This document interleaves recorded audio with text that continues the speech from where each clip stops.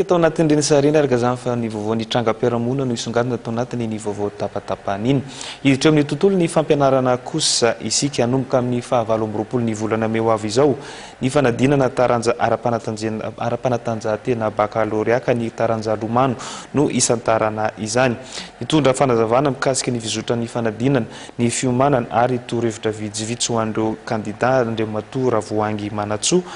Piero Fidoc mpandrindra akapobeany UPS iny tena. Mikasika an'ilay fanatanjahantena baka 24 arivo aloha zany dia nilamina rehetra efa ataontsika hoe mipirapetraka amin'izao fotoana izao satria raha ataontsika hoe natation no manomboka an'ilay izy ny daty ny 27 May ho avy izao zany hoe misabotsy ho avy izao dia ny mikasika ny lamina atao amin'ity fandrindrana bac ty resaka convocation aloha zany no sahako hoe efa miparitaka ny ampelantanan'ny mpiadana ny convocation amin'izao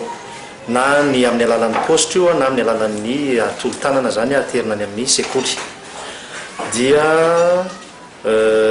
ny taranjan'ny lomano manokatra ny bac amin'ity zany hoe ny 27 May ho avy izao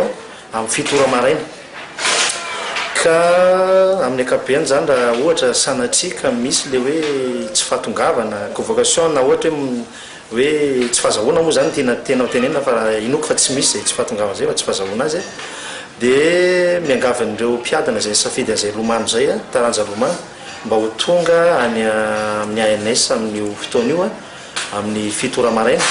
mba ahafahantsika mijery hoe reto le ankizy tokony hiadana ka nahazo na tsy nahazo convocation dia tsy maintsy tonga nareo amin'ny fotoana io. Tokony miomana meloha hoe inona daholo ny zavatra tokony ary tsy maintsy ho tanterahanareo mandritry ny fotoana hiadinanareo ny taranja lomano io satria fantatrareo fa mangatsika ny andro dia tokony nareo zany miomana hoe manao karazana resaka échauffement zay fantatrareo ihany zay fa tsy maintsy tsindriana manokana satria mba hialana amin'le hoe loza majinijinika amin'ny tranga